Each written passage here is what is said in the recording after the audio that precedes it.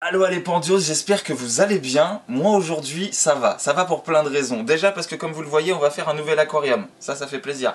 Deuxième chose, il y a Tommy derrière la cam, et ça fait plaisir. Et troisième chose, il n'y a pas Tommy à côté de moi parce qu'il aime pas trop les crabes. Du coup je suis allé récupérer un autre poteau et il est là. Voici Rémi les amis que vous reverrez très prochainement aussi d'ailleurs dans une autre vidéo qu'on a tournée il n'y a pas très longtemps. Aujourd'hui on va parler crabes. Et oui. Oui, on va faire un petit paludarium pour mes crabes, sans citer lesquels c'est, on vous laisse la petite surprise à la fin. Pas. Ok. Non, on va pas le citer sur les plans de fin. Et pour le watch time surtout. Ah, donc on part sur un paludarium aujourd'hui, on a plein de choses à mettre à l'intérieur. J'ai beaucoup de plantes. Vous me connaissez à force bien évidemment, les plantes il y en a toujours, et en plus de ça Rémi m'en a ramené de ses palus à lui, donc on a de la belle pièce à mettre à l'intérieur, on a de la grosse pièce aussi à mettre à l'intérieur, oh non voilà, on en a sans doute trop, ça c'est clair. Elles iront pas toutes dedans. Non ça je pense pas, mais voilà, on va se lancer là-dedans. On va attaquer direct, parce qu'en général je parle toujours pendant 3 ans, tu vois, à moins que tu aies un sujet. Tu vas faire une intro courte? Je vais faire une intro courte. Parce que c'est formats comme ça là. Ok.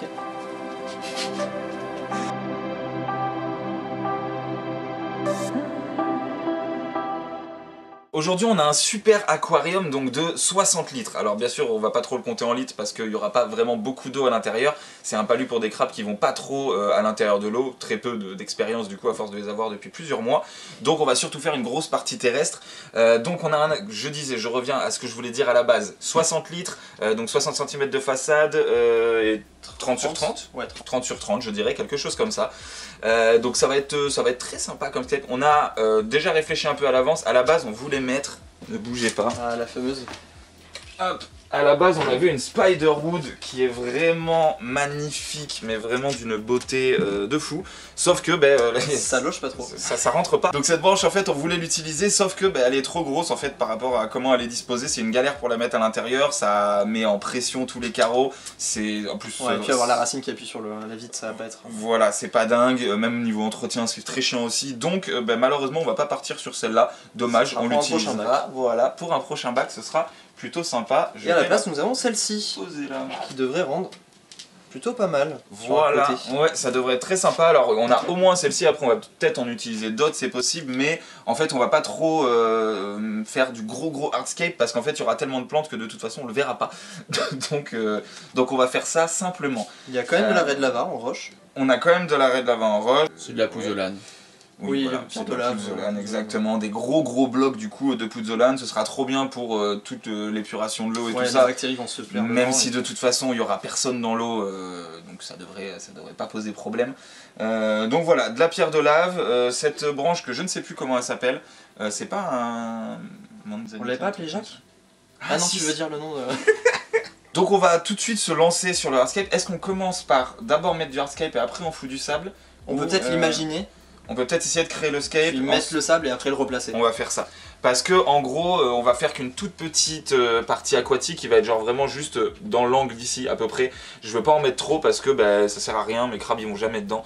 Et du coup on va avoir vraiment une belle partie terrestre. Donc là on est sur un bac qui est ouvert parce que je vous ai mis la petite remplette pour qu'on y voit bien à l'image. Mais en vrai à la base ça va être un bac couvert, hein. Ce sera un bac qui sera complètement fermé avec petite remplette à l'intérieur. Son petit éclairage dédié. Exactement. Et du coup ce sera parfait parce que ça va garder une très bonne hygrométrie à l'intérieur du bac. Ce qui va plaire aux crabes et aux plantes. Exactement. Donc l'objectif ça va quand même être d'avoir un scape qui s'ouvre vers ce côté là. Parce que en fait vu la disposition où il va être, en fait cette face là on ne la verra jamais. Alors que cette face là va être exposée à vue. Donc je vais essayer de faire un truc ouvert par là pour que ce soit un peu intéressant sous plusieurs angles. Donc c'est pour ça que ma racine je vais la placer de ce côté là, forcément. Mais on va essayer de trouver... On ramène un petit peu de tout, on va voir ce qui nous plaît.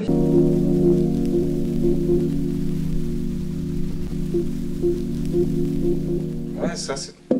Attends, est-ce que... Regarde, je te tiens. En la calant de cette façon là.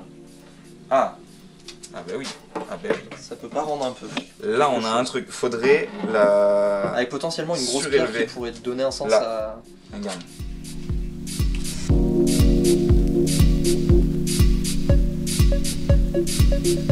Donc l'objectif ça va être quand même de créer la petite plage sur le côté avec en fait surtout l'avant une pente très progressive pour remonter le niveau à peu près jusqu'à ce niveau là. On mettra un peu de gravier et que là on ait vraiment toute la partie terrestre mais qu'ici on fasse presque une petite... une muraille de Chine. Ouais, une petite berge. Mais une muraille de Black Lava... Red Lava. Red Lava Rock. Ok, ça c'est pas mal, j'aime beaucoup ce que t'as fait là. C'est très joli. Celle-là est très drôle quand même. Hein. Ah oui. On a une Red Lava qui est creuse. Celle-là, si on peut la mettre, lui donner un sens, tu sais, avec une plante dedans ou quelque chose comme ça peut être très... On utilisera ça comme ça carrément.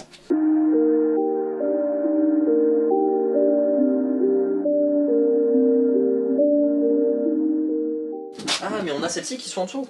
Regarde. Oui, aussi. Hein. D'accord.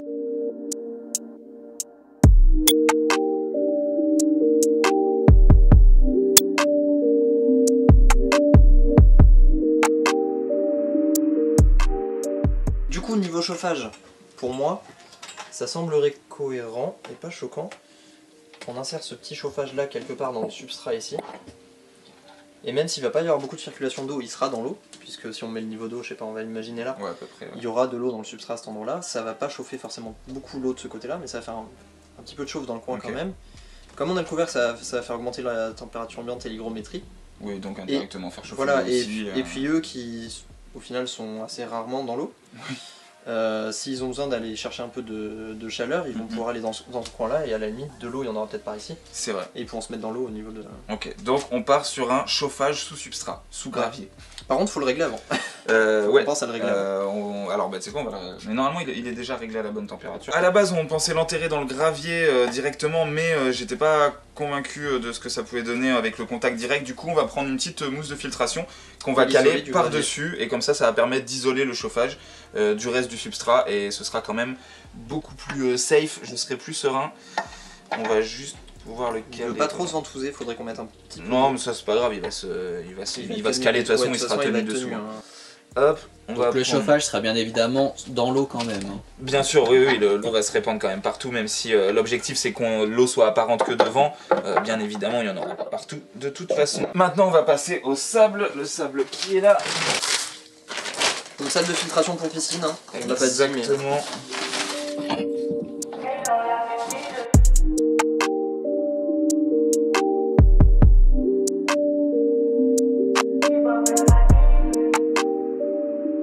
Bon, du coup on est parti sur du full sable sur toute la partie avant. Je vais pas mettre mon gravier là, en fait ça va peut-être faire bizarre, et ça fera une plus grande surface de plage aussi, donc ce sera très bien. Notre niveau d'eau, je pense qu'on va le faire monter à peu près à ce niveau là. Et là on rajoute les petites roches de détail, et ensuite on passe au gravier derrière. Gravier, je vais chercher le gravier, je te laisse les roches de détail. Ouais. C'est le moment Rémi. Il manque une pente à l'avant. À l'avant. Côté là? Là. L'autre côté. Petit, l'autre côté, là. L'autre côté? Genre que là ça soit plus haut? Ouais, beaucoup plus haut que la gauche.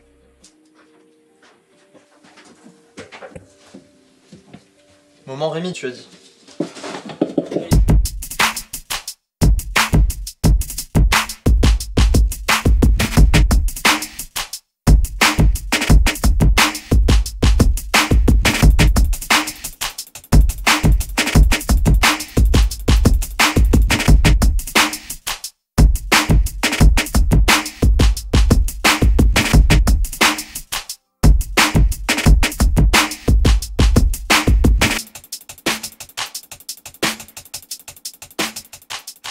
Ces petits crabes d'ailleurs, est-ce qu'on a dit d'où ils viennent? Non, on n'a pas dit d'où ils viennent ces crabes. On le garde pour la fin, pour le watch time? Non, tu peux. C'est des petits crabes qui viennent de chez moi. Oui. Et je pense que c'est pas les crabes que vous pensez. Je me permets d'aller jeter un coup d'œil à l'avant. Vas-y, je suis impatient. Avant, là faut plus le... et... C'est mieux. Hein. Oh. Alors par contre, là à un moment on va avoir un effondrement. Mais avec l'eau. Avec l'eau, voilà, on aura besoin. En gros, sous la roche de derrière, on voit qu'il y a, une cavité. Il y a une cavité vraiment. Comme la roche touche quasiment la vitre, et les gros graviers ont bloqué. Et ça n'a pas été jusqu'au fond. C'est ça, et du coup dès qu'on va remplir, il va sûrement y avoir un petit effondrement du sable, mais c'est pas grave, on en rajoutera pour réadapter bien, et comme ça ce sera calé partout. Je pense qu'on est pas mal, on va pouvoir passer à la plantation peut-être. Ouais, on va pouvoir passer à la plantation les amis, c'est parti. On va nous récupérer toutes nos plantes, on vous fait 2-3 petits plans sympas, et on passe direct à la plantation, c'est parti.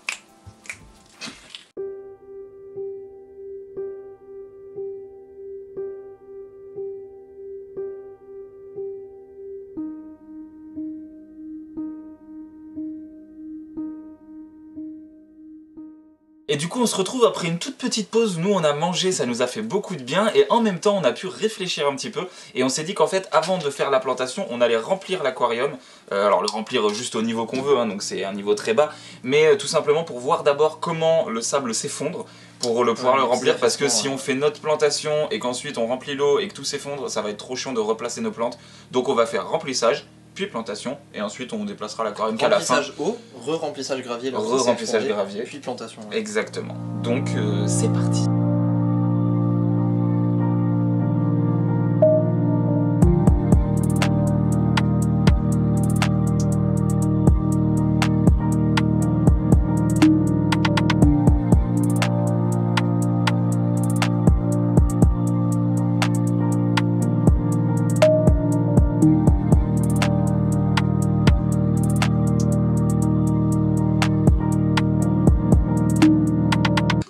On va pouvoir enfin passer à la plantation, j'en peux plus, j'avais trop hâte, c'est parti, on ramène tout. On le redécale un peu. On le redécale. Attends, doucement. Oui. J'ai trop hâte de planter. Moi je vais y aller tout doucement pour pas foutre en l'air tout ce qu'on vient de refaire. Donc du coup pour les plantes, on a une magnifique fougère, on a un mimosa pudica, je suis pas convaincu que ça tienne mais j'ai trop envie d'essayer donc on va voir ce que ça donne. On a un gros pot de phytonia donc on va pouvoir séparer pour en mettre un petit peu partout. On a de la mousse monocellulaire qu'on n'est pas sûr d'utiliser mais on verra ce que ça donne. On a de la mousse tout à fait basique. On a le nom de cette fougère, Nephrolepis P12 Boston. Voilà, donc fougère de Boston je dirais, ça doit être son nom commun. Très sympa, très sympa, ça devrait se plaire à merveille à l'intérieur de ce bac. En plus, elle va avoir les racines au chaud, elle va adorer ça. Ah ouais, c'est vrai, c'est très vrai, ça va être très sympa pour elle. Ok, je suis super fan. J'espère qu'elle tienne, il y aura une bonne hygrométrie, bonne température. Ça devrait. Est-ce qu'on se placerait pas la petite mimosa? Où est-ce qu'on peut se placer là? Peut-être vers là, ou moi je l'aurais presque mise là sur le texte. Ça peut être sympa, non? Non? Toi tu la vois pas dedans? Ouais, le mimosa c'est ton idée, je te suis. J'ai trop envie d'essayer, mais je vais pas tout mettre. Hein. Ouais, tu mets qu'un petit pied? Ah ouais, j'en mets juste un petit peu. Hein. Aïe, il y a des épines! Est-ce que c'est pas un souci les épines avec les crabes? Non. Il y a vraiment des épines dans un mimosa ou... Ah bah oui, il y a des épines qui font mal de fou, hein. T'as jamais... Bah bravo!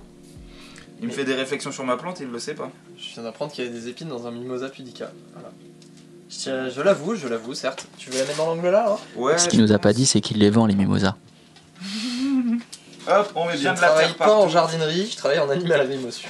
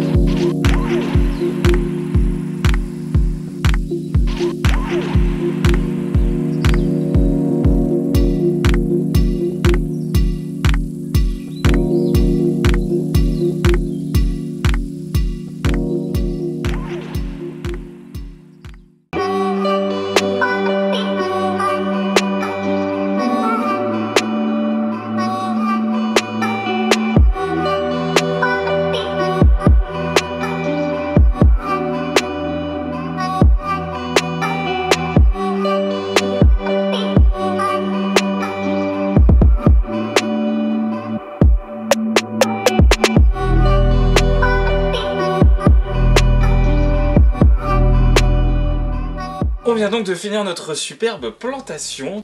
C'est beau. Ouais, je suis d'accord. Franchement, on est très content. On a fait un beau mélange. On a mis de la plante palustre, de la plante terrestre. On a mis des mosses. On va voir un peu comment tout ça se développe. Tout va pas forcément tenir, mais bah faut bien essayer pour voir ce que ça donne. Il y a des tentatives. Il y a le mimosa pudica, il y a la mousse monocellulaire en émergé. Voilà, on tente, on verra ce que ça donne. L'objectif, hein, c'est quand même de d'avoir du résultat. On verra ce que ça donne. On n'a plus qu'à faire notre dernière étape, l'ajout de nos animaux à l'intérieur. Pas encore annoncé. Pas encore annoncé. Bah écoute, je te laisse les attraper, nous montrer tout ça. Ouais. Donc pour vous expliquer, Rémi, il est assez fanat des crabes, il aime beaucoup ça. Tout ce qui est crustacé, ouais. Voilà, tout ce qui est crustacé. À tel point que tout à l'heure, il m'a dit ouais Panda, t'as pas une vieille brosse à dents, un truc comme ça, parce que ton crabe, il a la carapace qui est sale. Et du coup, il l'a nettoyé. Je vous mets les images maintenant.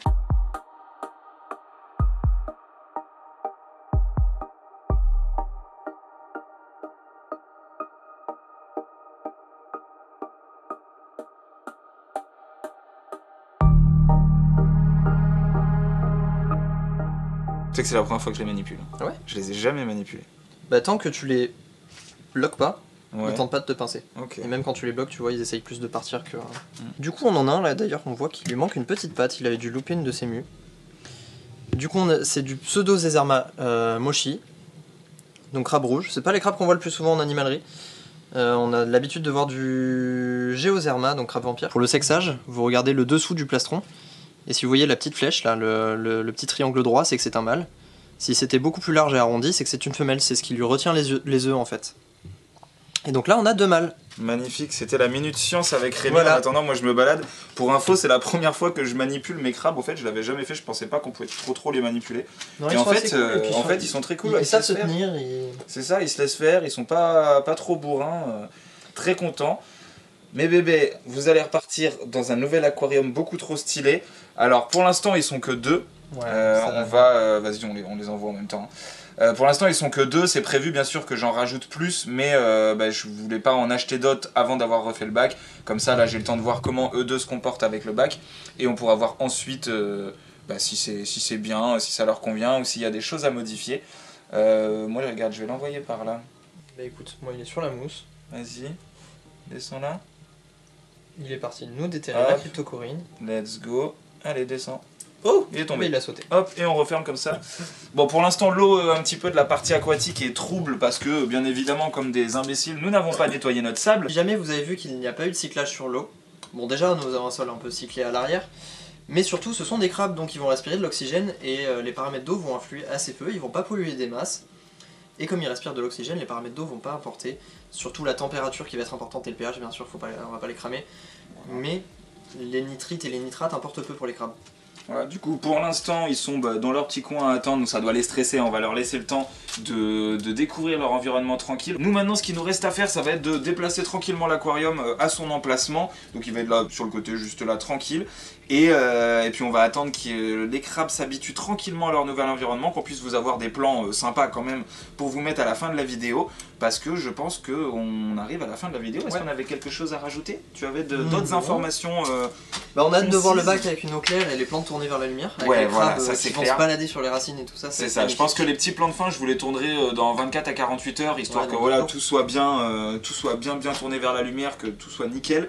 L'eau sera clean, les crabes seront à l'aise et tout ça, je vous ferai les plans à ce moment-là. Merci les amis de nous avoir suivis pour cette vidéo. Comme vous le voyez, en ce moment, on fait des vidéos très différentes de moi d'habitude qui fait le con dans mon garage. Là, on fait beaucoup de trucs à plusieurs, ça m'éclate. Je fais le con quand même, mais pas seul. Je fais le con quand même, mais pas tout seul, mais voilà, moi ça m'éclate, j'espère que vous, ça vous plaît aussi. Abonnez-vous surtout, c'est très important, je le dis à chaque fois, mais c'est vraiment la base des abonnés, c'est ce qui va nous donner plus de visibilité en général sur YouTube. Les commentaires, bien évidemment. Notez ce petit Skype comme on aime bien le faire d'habitude, ça te dérange pas d'être noté? Non.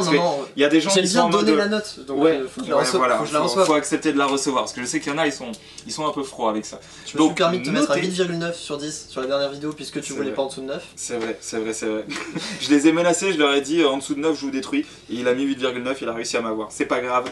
En attendant, abonnez-vous, mettez le petit commentaire, notez cet aquarium sur 10, ça nous fera plaisir de voir tout ça. Donnez-nous votre avis, dites-nous des conseils s'il y a des choses qu'on a pu oublier de préciser dans la vidéo, ce qui peut arriver aussi. Donc si vous avez des informations sur les crabes rouges, n'hésitez pas. Même sur les crabes vampires, ça peut toujours servir. Remplissez l'espace commentaire, il est clairement là pour ça, pour prendre encore plus d'informations que sur la vidéo. Mettez un pouce bleu, bien évidemment, le pouce vers le haut, ça fait plaisir, c'est toujours cool. Et nous, on vous dit à la semaine prochaine pour une nouvelle vidéo. Salut les amis!